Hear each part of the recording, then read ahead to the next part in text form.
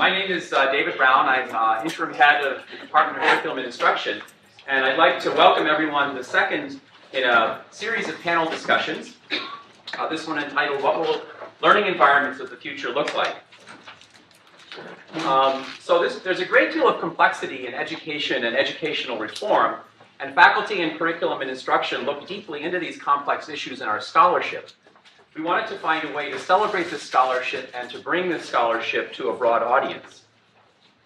So this series of panel discussions will allow C&I faculty to articulate differing and sometimes competing perspectives on pressing issues of education in a format that will allow for a great deal of open and vigorous discussion.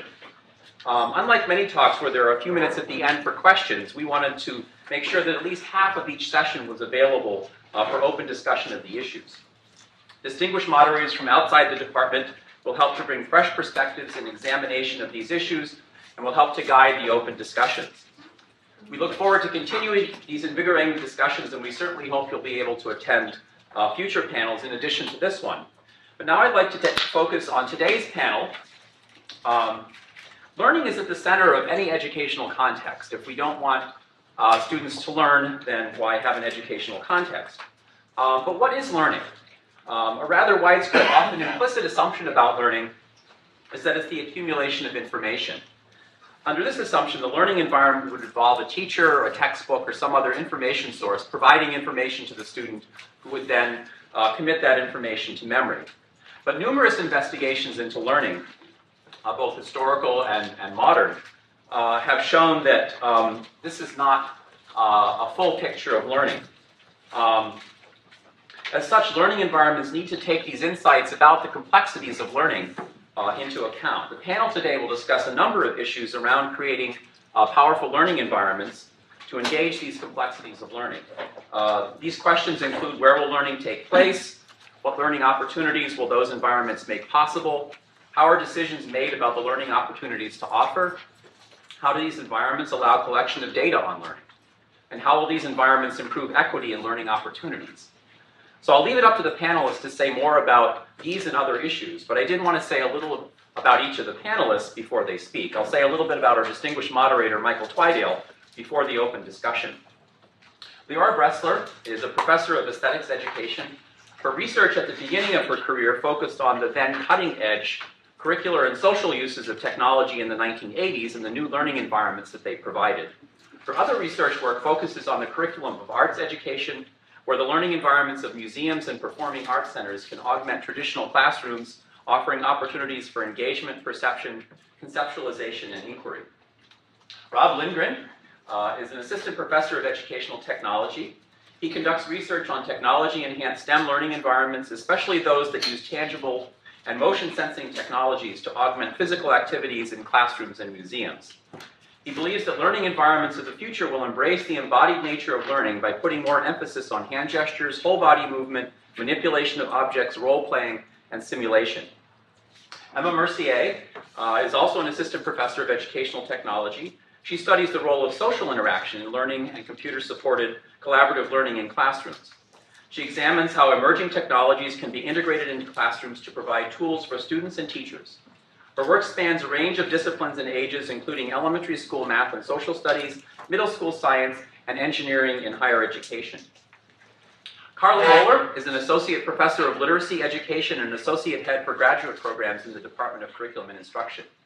Karla engages in collaborative classroom-based research on the use of children's literature to enhance learning opportunities.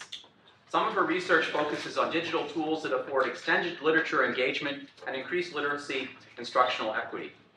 Her vision for learning environments of the future is to expand classroom spaces in productive ways that increase access for traditionally underserved students. And finally, Maquette is an assistant professor of educational data mining and learning analytics. He focuses much of his attention on analyzing log traces of students' interactions with digital learning environments such as intelligent tutoring systems, educational games, and MOOCs. He believes that the design and usage of the learning environments of the future will be driven by the study of large amounts of data that can be generated by such digital learning environments.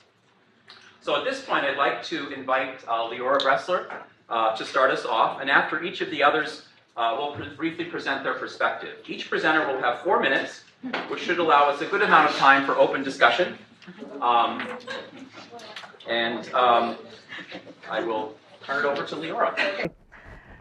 So as the first person, I would like to talk, I came here to listen to what the future is going to be. What my focus would be is the past and the present, what I learned about different learning environments. And it doesn't actually work. Okay, yeah, these are the different settings of the studies that I will talk about. Stanford, Norway, anyway, you probably recognize many of them.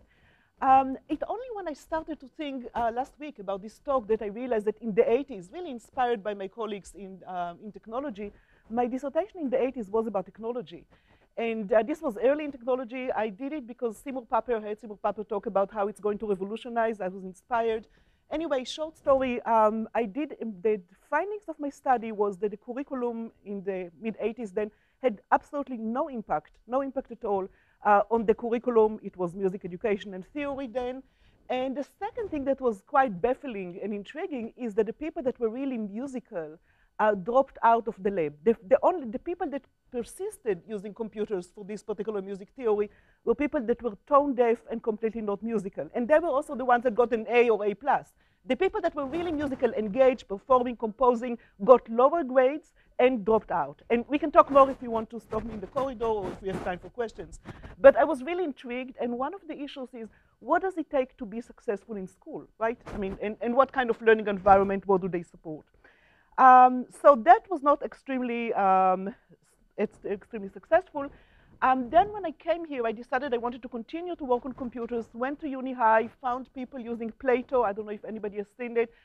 Socially, was quite captivated by it and realized that actually these things, late 80s, provided very compelling learning environment for students that were informal and expressive and playful and all sorts of things.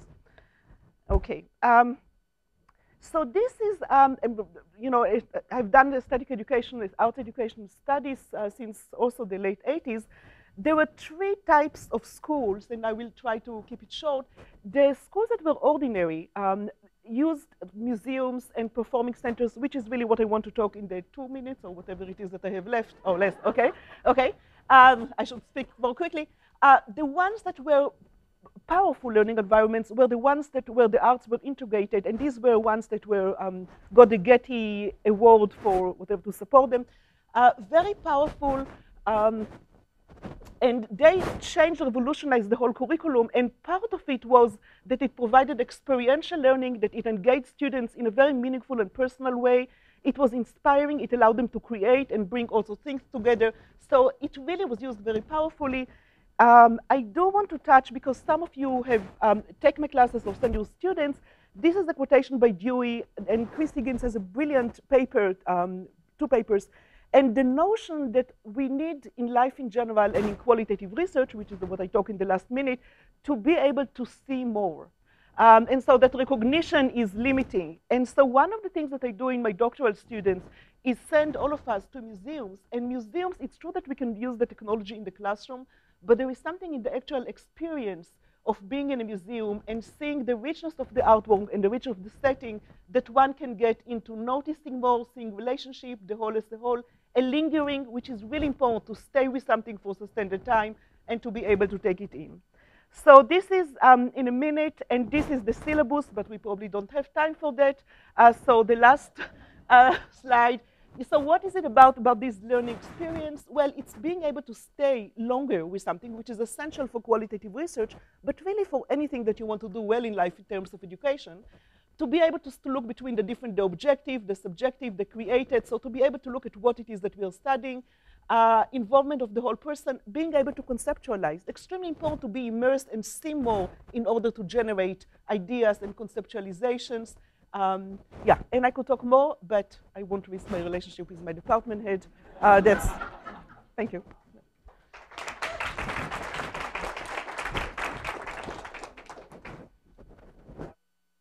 Heroic. I have I have one slide, and I'm still going to struggle to get this done in 4 minutes. So I'm going to follow Leora's lead. I think that was a nice, actually, segue into what I want to say. And I want to talk about the future of learning environments without actually being overly futuristic, because I think that what all these wonderful new technologies, and I love the new technologies that are available now, what they afford is the ability to look at new types of interactivity.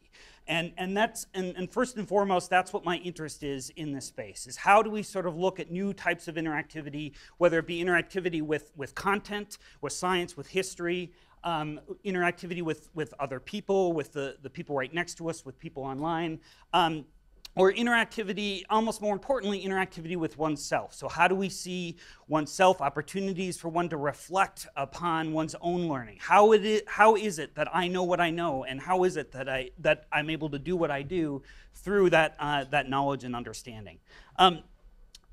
For those of you who know my work, I look specifically at physical interactions. I'm interested in how do we actually create meaningful connections between the movements, the touching, the feeling, the activity that people do in the physical space with the important concepts and ideas that we want people to understand. What it means in terms of technology is finding opportunities to use these technologies to embed people within the systems that we want them to know about, to get them involved in acting, role-playing, the ideas that they're struggling with understanding. I see it as less of a hands-on approach to learning interventions and more of a hands-in approach. We want to put people inside of these simulations and situations. And what I think that this premise leads to are three, we'll call them, provocative statements, implications, predictions for what the future of learning environments will look like. And one of them is that digital technologies in learning environments will, I believe, be used first and foremost to augment physical and face-to-face learning. And if this sounds counterintuitive, it's supposed to be, because I want to counter the intuition that the new technologies that we have are going to somehow push people into this purely virtual digital space where all our interactions are going to happen online. I actually think that the force is going to work in the opposite direction, that these new techs are going to actually pull learning back into the classroom, where we can focus on the conversations that people are having, augment the actual interactions people are having with manipulatives and physical objects, and use those technologies to make those spaces better. Because while it's great that we can connect people to other people online and to use MOOCs and to distribute knowledge and understanding, we haven't yet, I think, effectively used these tools to make what's happening in a room with two people conversing with each other stronger and more potent. The second thing is that I think teachers will continue to be critical facilitators, introspecting on how their own experiences and perceptions have led to new insights and understanding. So rather than minimizing or reducing the role, replacing the role of teachers in the classroom, it's really going to be about how do we get them to convey to students and new learners how it is that they see the important distinctions, the important relationships in the world, and be a guide for the students to reach those kinds of understandings.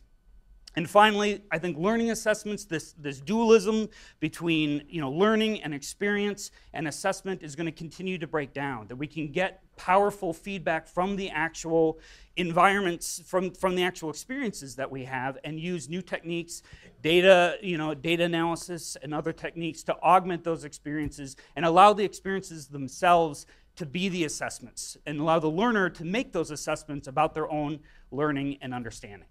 Thank you.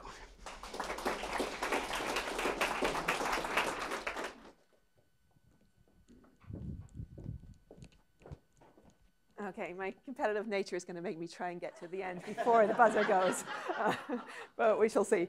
I'm going to talk really about the potential of learning technologies to support collaborative learning and in classrooms. So going very closely to what Rob was talking about the potential of technology to change face-to-face interaction, not to take us into a virtual space where people aren't interacting and speaking to each other directly.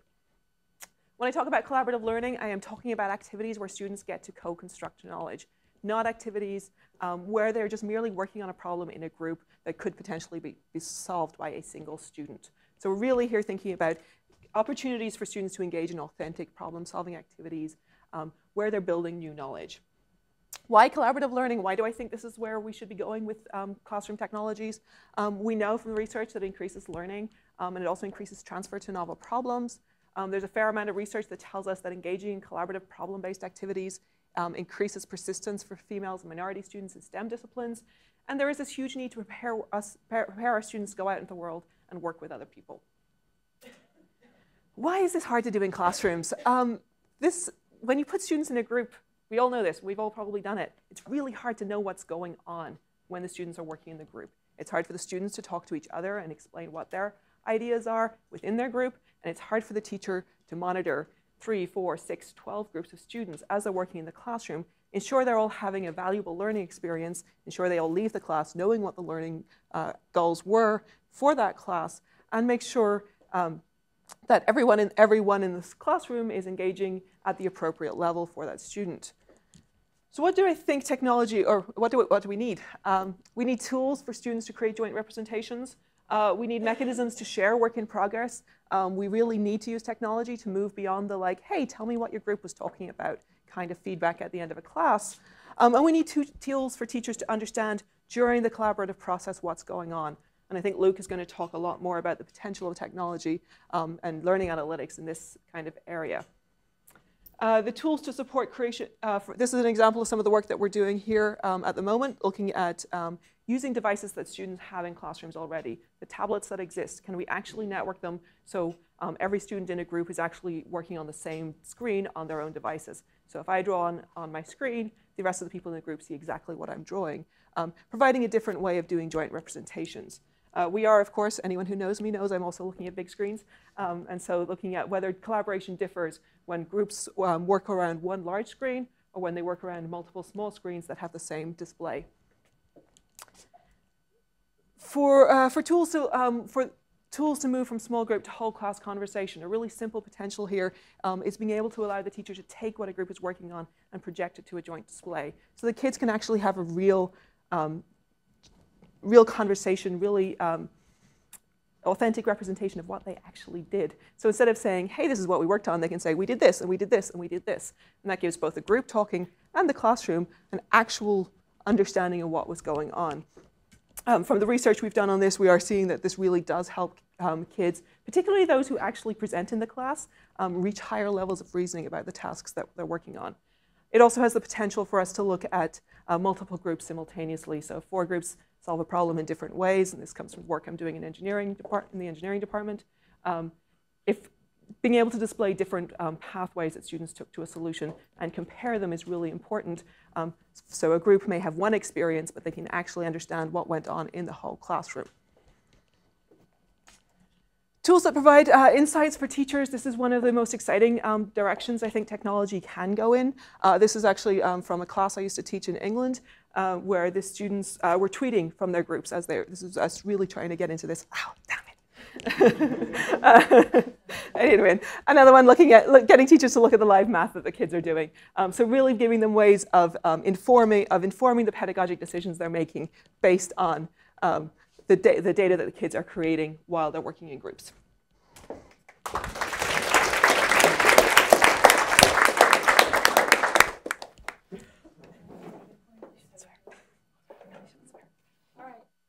What my colleagues were saying, and when I think of the learning environments of today and of the future, I'm also focused on the learning environments of today and the ways that we can maintain and extend the opportunities that kids have now into the future. So this image visually illustrates what I think is really important to keep in mind when we're looking forward, the goals and the purposes. When you see these kids reading together, side by side, same book, reading together, and you can see their feet and the attitude they have with each other. So I want to maintain this kind of interpersonal space, even as we extend access to all students with new learning opportunities. We need to think about expanding the opportunities, in my opinion, with the learning opportunities for students, but also the empowerment, and I know that my colleagues are doing that as well, so that kids can own the tools that they're using and own the learning that's taking place in their classroom. At the same time, I'd like to help us increase evidence for teachers so that they can have the important information they need so they can plan their next instructional move. It's also evidence for us, for researchers, to be able to talk about the wonderful things that we're seeing in classrooms. And then finally, the issue of doability. And in this, I mean the way that Madeleine Albright talks about doability in terms of weighing the most effective options possible within a given context. So in the schools that I'm working in, and in a lot of schools in the United States, some of them still don't have effective and productive internet access. They don't have working sets of computers or iPads that are updated on a regular basis. They have to pay for access to apps on their own. One of the teachers I'm working with had to pay $100 in order to access the apps she needed for her class fully out of her own pocket. She had to write grants to get her iPads and other things that she needed as well. So for students who are underserved and face inequities both in schools and in society in the larger economic structure, what does that mean from learning environments of today and then as we look into the future and the possibilities? So in my work, I'm looking at multiple intersecting uses of digital technology to expand access to students regarding literature and literacy opportunities. I would like to, in the 2 minutes I have left, talk about, just give you an example of the first three. And if you want to talk about any of the other ones, feel free to contact me. I'd love to talk to people about that. So in terms of response to literature, one of the things that I'm doing is looking at interactive response recordings that kids can do. This one, they're using iPads and using an app called Educreations, an interactive whiteboard with voice recording app that the teacher I work with was using with her kids. They can work independently or with a peer, and they can quickly become very autonomous in this, and they actually extend it and do things with it they weren't even taught. And so they were doing things that we were finding out that we didn't even ask them to do, and at first we're like, oh no, but then we realized what a great thing it was that they were doing. So in an almost 6-minute response to a book, and that's the name of the book, Ducks by Gail Gibbons, this is what happened in minute 106, where they basically recreated the cover. They didn't have access to the book while they were talking about their response to the book. This is a screenshot of the end, almost 6 minutes, and if you didn't have the ongoing record of the visual changes that they made and the verbalizations, we wouldn't really know what was going on here. See, the duck is gone. The duck disappeared. And I don't know if you know what that is, but we had a hard time with it at first, connected with the boom. I don't have time to talk you through it, but if you want to know more about it, I'll be glad to tell you. But basically what we had was a 6-minute rich data recording that allowed the teacher and me to look at and to track their thinking processes as they were responding to this book and the decisions that they made. And I think that that's invaluable in terms of all the things we're talking about today, the way kids use technology and the evidence that we can get from it. Another thing that I'm doing with this class, and there's the teacher, I don't know if she's going to name her, but there's her picture. She can name herself at the end if she wants. These are some Skype sessions that we're doing, both Skype sessions with her kids Skyping with my students. Here's in the College of Ed, here's her students Skyping. They were reading to us and telling us about the importance. Here's another student, same Skype session, reading to us, and here's my class, and I had another class visiting us. So the kids get to be the teachers. It totally disrupts who's the teacher and who's the student. They're teaching my students about read-alouds. They're telling my students why read-alouds are important. More than one student said, those are first graders? They were turning to each other and really exclaimed about what they could do. Here's a Skype session the teacher set up with famous author Todd Parr, who, I'm going to finish this slide, who was talking about the kids had to plan before, during, and after and talk about what they were going to interview him. And then the last thing I wanted to share was through email engagement. So you can read this for yourself. This is one of the students telling the Educreations co-founder that he needs to really change and update his app. And there's a long email trail with her and me going through this that I just wanted you to visually see, and so that she really is empowered through literacy. Thank you.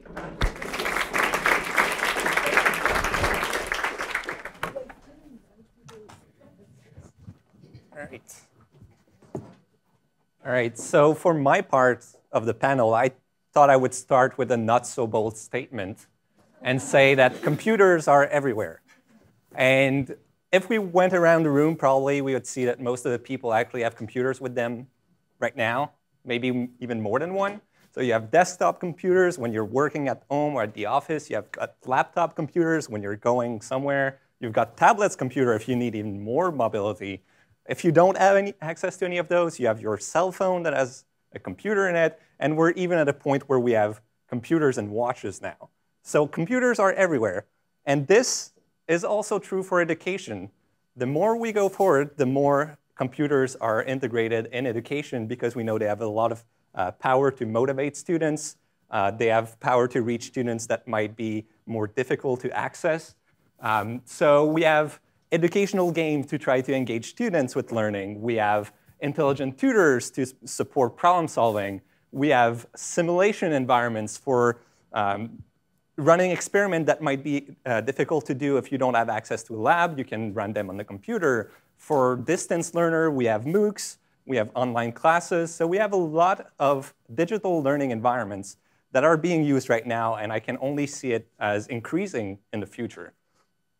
We actually had multiple members of panel talk about how technology can be used to teach.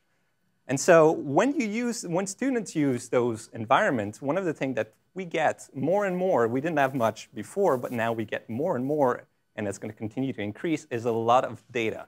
And that data can come in very many different forms. You can have very abstract logs data of what the students are doing. You can have video data if you have cameras in the room or if you have webcams on the computer. You can have writing data or drawing data from styluses on tablet computer. You can have posture and body movement data from Kinect sensor. You can have audio data from microphones that are in the room. We have microphones in the room right now. We have the Ideal Lab that has all those technologies included in it.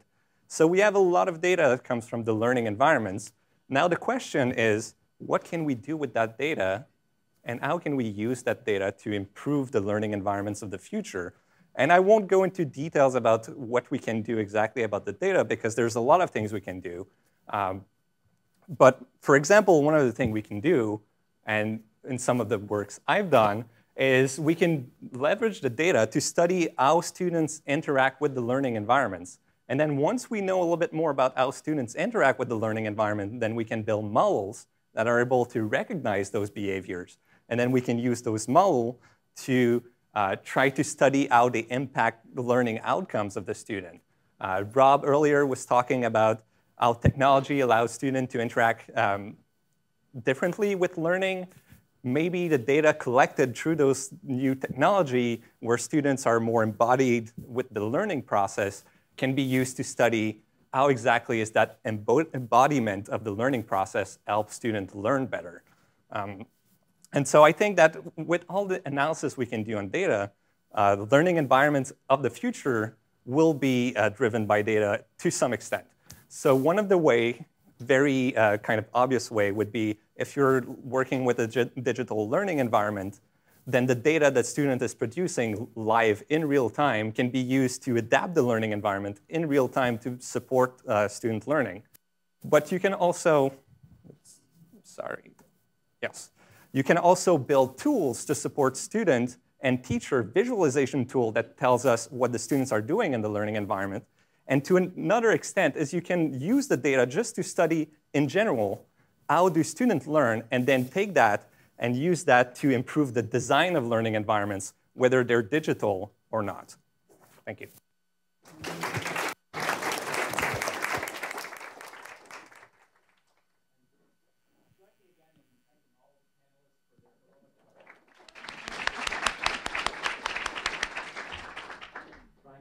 Squeeze large talks into 4 minutes so that we'll have lots of time for open discussion, which we are going to enter right now. But before we do that, I wanted to take just a minute to introduce Michael Twidale, who is our distinguished moderator. Michael is a professor in the Graduate School of Library and Information Science. His research interests include computer-supported cooperative work, computer-supported collaborative learning, and human-computer interaction. He's interested in the informal social learning of technology, technological appropriation, design thinking, and computational thinking. He built his first piece of educational software in 1985, an interactive algebra tutor, for his undergraduate thesis. So he's been thinking about these issues for well over 30 years. Current projects include studies of informal social learning of technology, technological appropriation, metrics for open access, collaborative information retrieval, low-cost information visualization, ubiquitous learning, and the usability of open source software. So if you could join me in thanking Professor Karla. And I will now turn it over to Professor Twidale to moderate the discussion. And part of that discussion will, of course, be questions from the audience for the panelists. And so be thinking of perhaps questions or issues that came up as the panels were presenting. And hopefully you'll have a chance to articulate those questions during, we'll have basically a half an hour for an open discussion about these important issues. So I'll turn it over to Michael. Thank you. So I'm really interested in metaphors for technology, and I want to suggest a metaphor for how we handle this.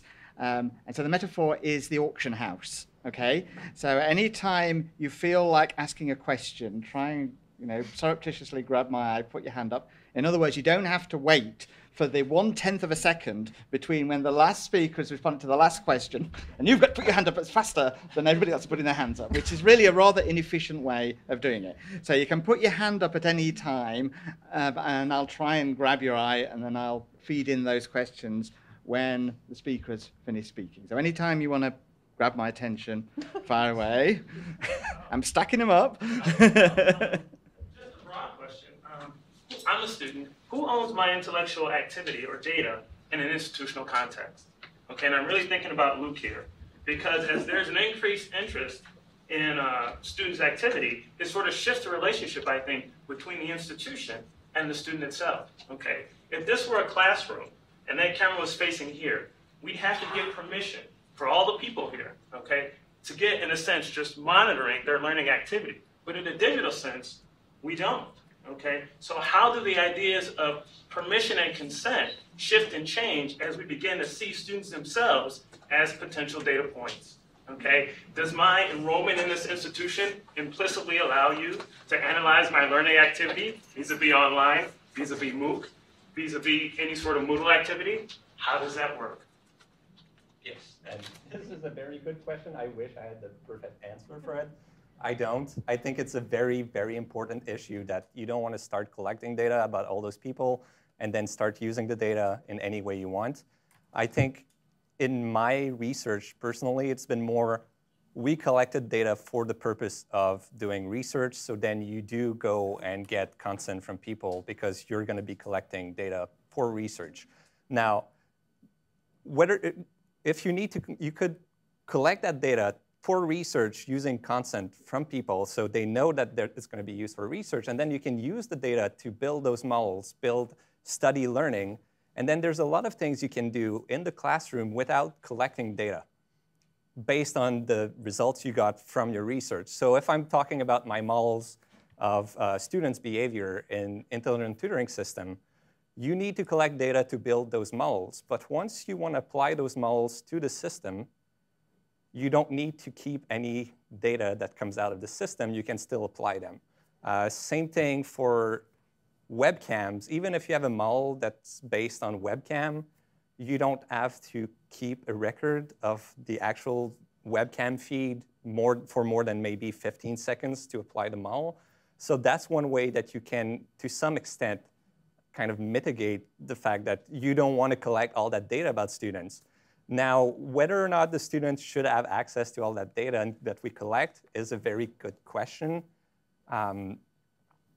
Obviously, you don't want to, it's the data produced by the student. So the student has some kind of ownership over the data. Now, what do you do with that? I unfortunately don't know. If you have some ideas, I'm more than welcome to listen to them. I think it's something that we need to be very aware of, that we need to consider and need to be really, really careful. Unfortunately, I don't feel like I have enough expertise to actually make a bold statement on it. I just want to say one thing real quick about it, is that I think it's a super good question, and I think it's really important to think about it, especially in terms of accessibility and dissemination of that data. But I do want to make the point that the idea of collecting data from students to inform teaching, to inform design, to inform all important aspects of education didn't start with digital technologies. We've been doing this for a very long time, and I think what these new technologies, allow us is to be more explicit about how we think through that data. So even if we keep that data within the context of a classroom, there's still really important decisions to be made about what do we do with that data and how do we think about it. But even without the technologies, I think you can consider how you can be better about collecting the data, making inferences, extracting patterns from what you just see the students are doing in a physical space. I guess for me, it's just only getting students to understand themselves as a data subject and just be hyper aware of that. I mean, I saw pictures of young people doing computers and things like that, and it's one thing for a graduate student to understand himself as a data subject as he goes into a learning environment, understanding that implicitly people are studying him for the best of reasons. But how do we get that sort of awareness, and how do we push that awareness down? Because as you say, collecting data on students isn't a new thing, but the way in which we collect it and the types of activities that we begin to collect it feels new. Yeah. So what you're really pointing to is a huge need to actually increase data literacy among the general population. We need to inform students and children and everybody who signs that. They say it's one of the biggest lies told in the world, where, I have read and agreed to the terms and conditions for whatever it is you're letting me, where I'm doing. I'm downloading your software. No one reads the terms and conditions. We need to find ways to make them easier, so you know how much information Facebook has about you, and know why that matters. So that there's a huge need across. If we're going to continue using kids' data or everyone's data in every way possible, everyone needs to get better at understanding what that is. So open house metaphor, you can make your bed any time. And there's one. One question that, sort of thinking about the context of the panel, and I think Robb hit it most explicitly, is what is the interaction between digital learning technologies and non-digital learning technologies? So is there a place for books, for chalkboards, for teachers, for museums, for live performances, for all of these things that are non-digital? And how do the non-digital and the digital kind of interact? I mean, is the digital going to sort of slowly take over until everything is digital? Is there always going to be a prominent place for the non-digital? Sort of how do you kind of see that happening as we move forward?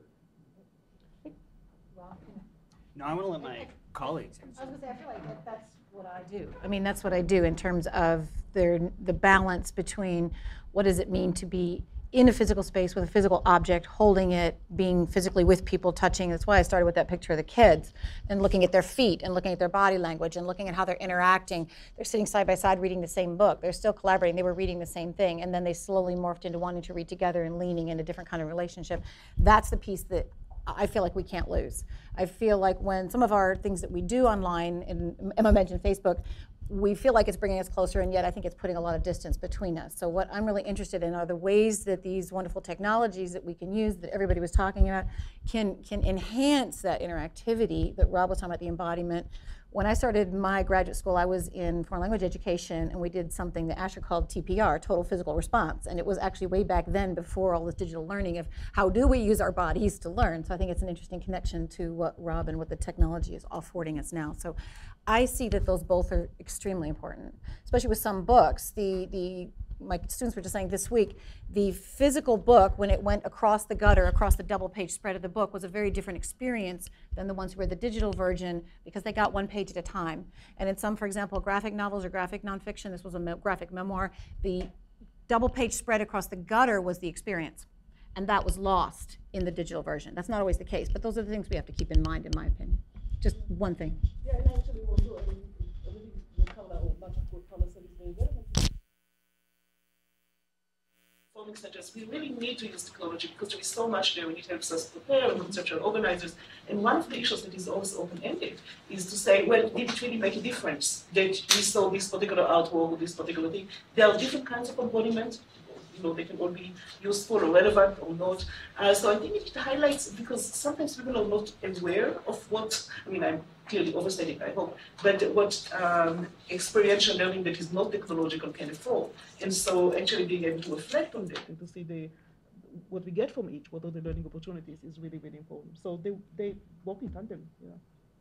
Yeah, and I would say that the important part of those activities, those traditional learning activities, is not necessarily the fact that there is a book or that there is a chalkboard. It's the kinds of activity that those objects allow for, and we need to maintain those things. But one of the things that technologies bring to the table is the ability to reflect on those activities. That the gestures that one makes, the conversations that they're having as they're around a chalkboard doesn't have to go away after that experience is done. The chalk might still be there, but in the traditional environment, all the wonderful interactions, the wonderful conversations that may have had in that situation are gone. And what technologies allow is the opportunity to concretize those interactions, put them up on a board, put snippets of video, put up images, put up data that was collected from that, and have it there for reflection, for discussion, to augment those kinds of interactions. So it's certainly maintaining those interactions. The objects themselves are less important, I think. Right. That's why I showed the example I showed of the app that the kids are using. If a kid walked up to a first grade teacher, went back when I was teaching before these kind of tools, showed a picture, the teacher would say, well, tell me about it. And they would tell a story, but it wouldn't necessarily be the same story. And sometimes young kids even forget what they did. But with that bizarre image that you get at the end, that some people are like, what is going on there? We have all that. Because of the new tools and the digital tools, we have that as it went along, what they chose to erase, what they chose to add, and why, and the discussion that happened around that. Much better than you can have even with a digital audio recording, because we have it as they're writing. We have it in real time, as they're making a change and what they're saying about the change. So what Robb said, absolutely. The idea that you can come to an object and see how other people have used that object prior to you is such an immensely powerful thing that we can do now with these technologies. So I just want to applaud, but I want to point at Lillian Katz, who has done, a pioneer in highlighting Reggio Emilia practices, because in Reggio Emilia, which is not traditional, so Reggio was not kind of, people try to imitate, but they did many of the same things, trying to document the collaboration and the work that went into it. So the ideas were there. Lillian and Reggio are good proof of that, but being able to do it in the extent that we do it is extremely important. Right, and we have a question from the back. My question actually relates to the students who are situated within these new learning spaces. So as I think about these technological changes and interfaces and how we bridge the old with the new, I'm also thinking about the kids that who will be in those spaces and who are currently in those spaces. And one of the issues that we have in education here in Illinois and across the country is that education doesn't play out evenly across all of our students.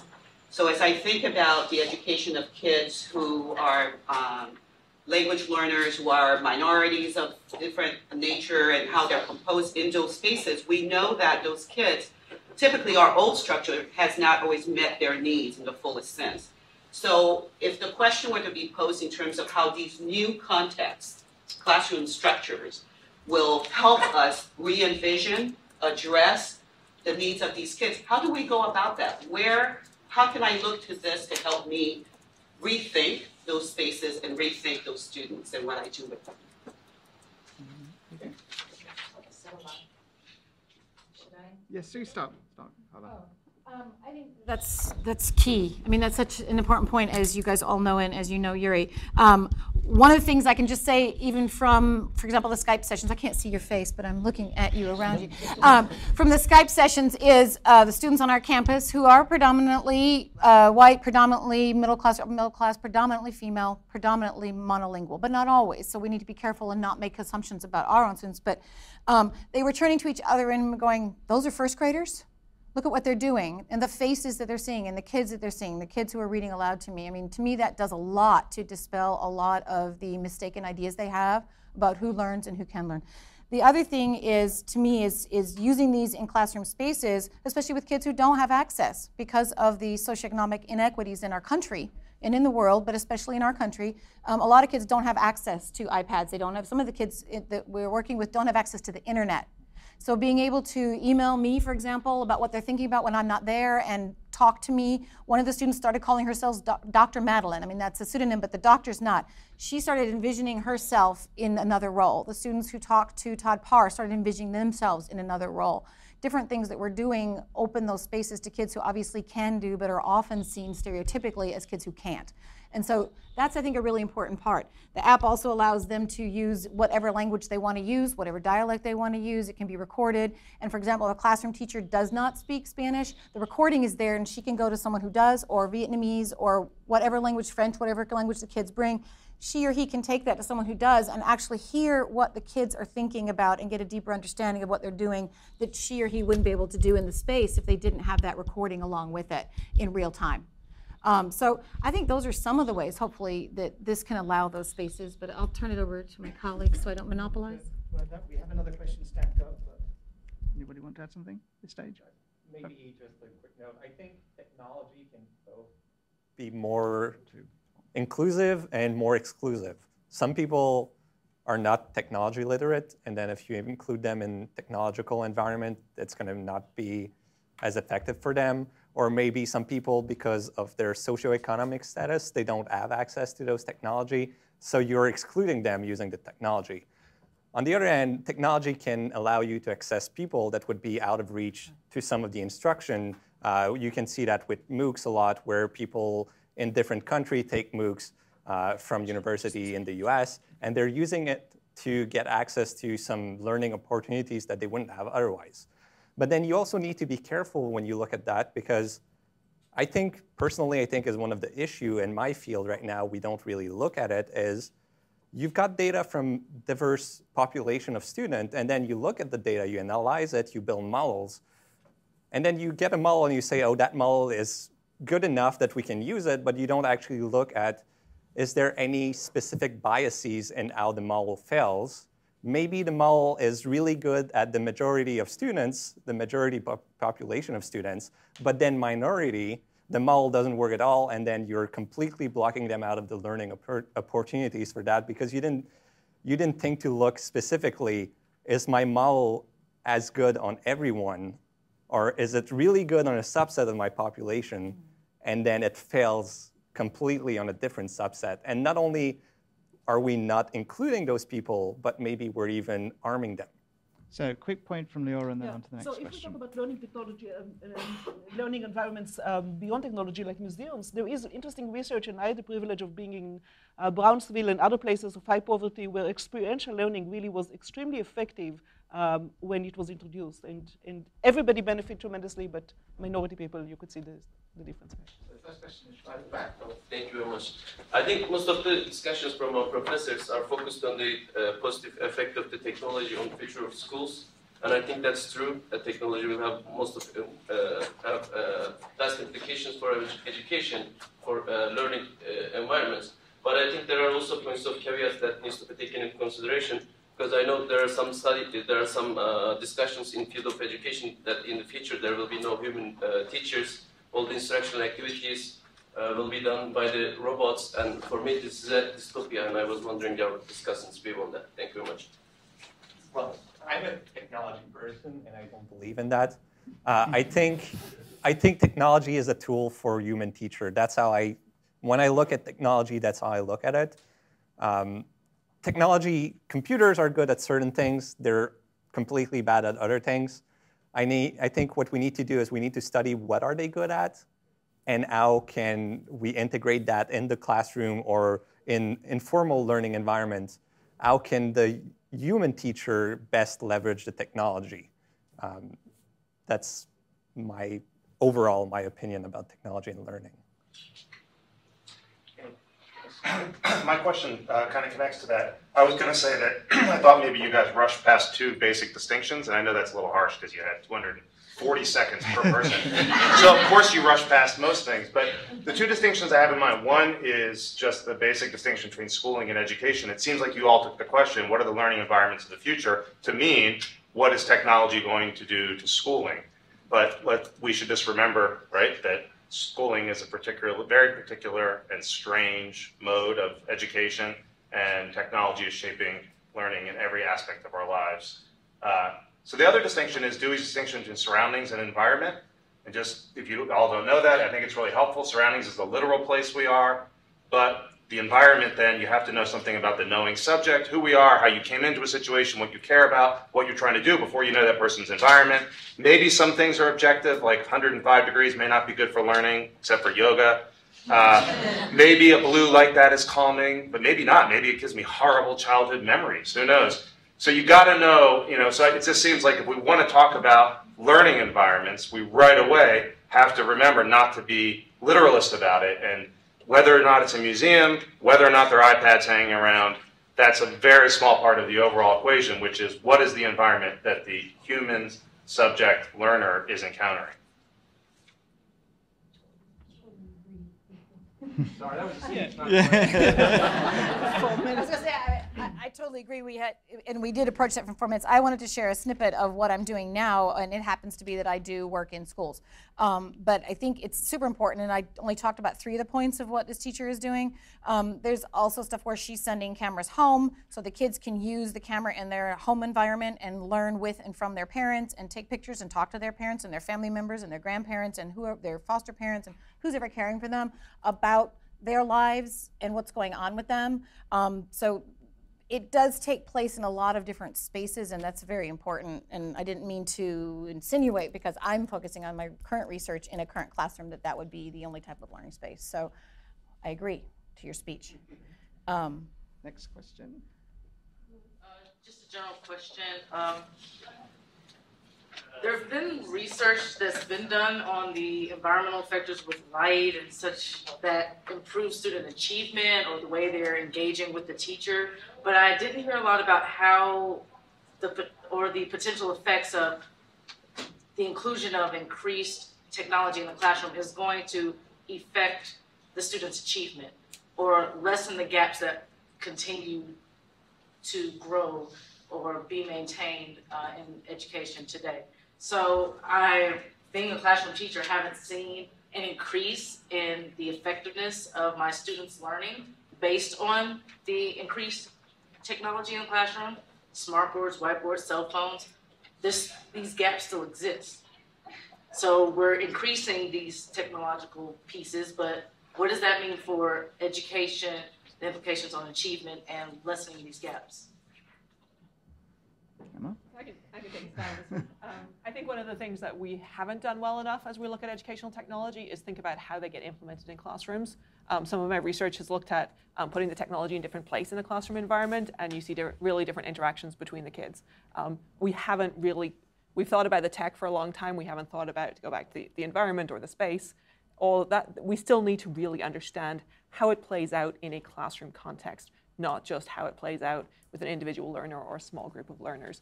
So there's a lot still to be done in really understanding what can a teacher be doing, how can this support different types of interaction, different types of learning.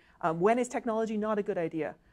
We know there is data that shows putting interactive whiteboards in classroom limits the type of pedagogies teachers use. It actually decreases the range of things kids engage in. And that's not something we want to see happen. So no, there's no reason to think tech is the solution. And it certainly isn't just to hand it to a teacher and say, go work out how this plays out in your classroom. We need to do better with that.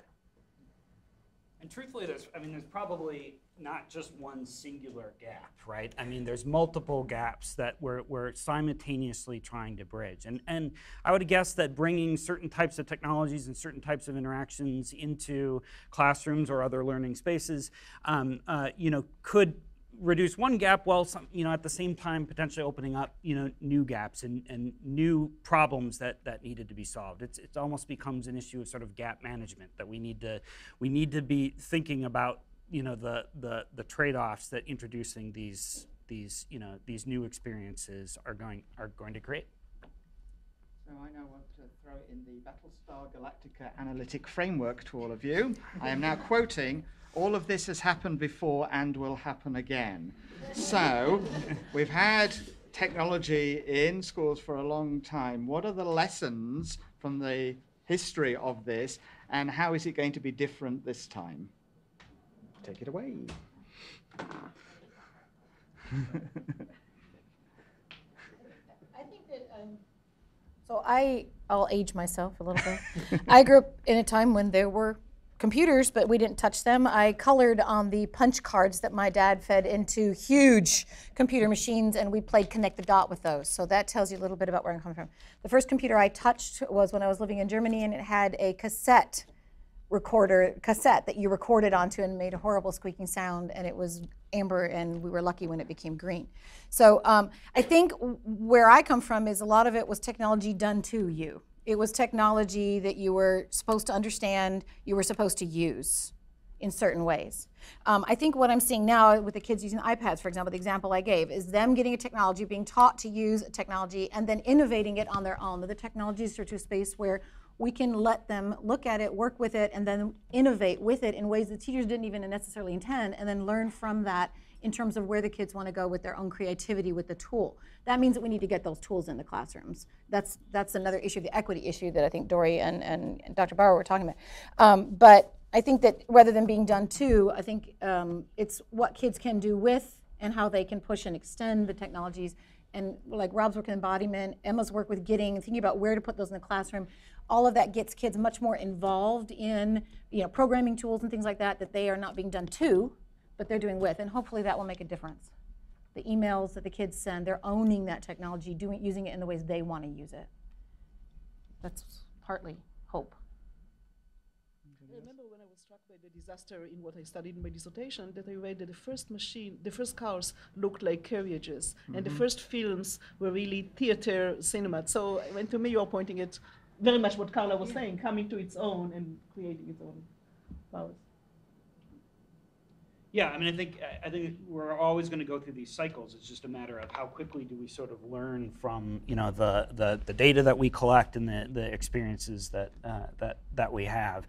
And I think what these new technologies allow us is the ability to better collect and synthesize and analyze that data and make more improvements. I mean, I've got a similar situation in the embodied work, where right now most of the embodied and physical simulation stuff that is out there is just basically things that you'd see on a laptop computer, allowing people to manipulate it with gestures. And we got to do better than that. And I think we are doing better than that, faster than we were better about incorporating other technologies into the classroom in the past. So the cycles will keep happening, just hopefully shorter. I've got some stacked up. Okay, so the house is going to bid. Time. There were various mentions of time in your lightning talks. A lot of it around sort of like, slow down, focus, discuss, collaborate. And to a lot of skeptics in the world, they think, well, the one thing that computers do is it sprays ADD spray all over people, and it's this ultimate distraction device. So how are you working at designing technologies to slow people down when it seems like it's all about speeding people up and distracting them? For me, when I'm designing technology, actually when I'm designing educational technology, I think a lot about, and I use actually a book about writing comics, because there's a chapter in it where they talk about when you're reading a comic, the stuff that happens, most of the action in a comic happens in the gutter, in between the frames of things happening. The chapter's called Blood in the Gutter, and that's usually where the bad stuff happens. And thinking about designing technology to leave space, to leave the data that I've seen, where I see children, the learning happens in the space in between an activity and the next one. So designing explicitly for that is something that I think we have to make sure we're doing. We can't just activity is not always the solution, I think. So Lora, aesthetic experience, looking at a painting for more than half a second. 45 minutes in my class. That's right. For long engagement. But that's what we need to do. Everybody that does dissertation with the data. You don't look at it at one. Yeah. And that's why I have this terror regime in my class, no cellular phones. We have no, because not to invite distractions. Yeah. I would like to add to this too, because I think it's so important, this slowing down. And I have an example, of course I couldn't share it, but where a kid took 8 minutes on education to recount the life cycle of a monarch butterfly. One sentence, I think, and it's probably not exact, but I have it all transcribed. It took 90 seconds for him to get one sentence out. Without that, the child would never have had the space to tell the entire life cycle all the way to flying south. The whole thing was there, and it was drawn and discussed throughout the. That slowed it down for him and allowed him to have that learning space. So I think that's so important. Well, speaking of time, we are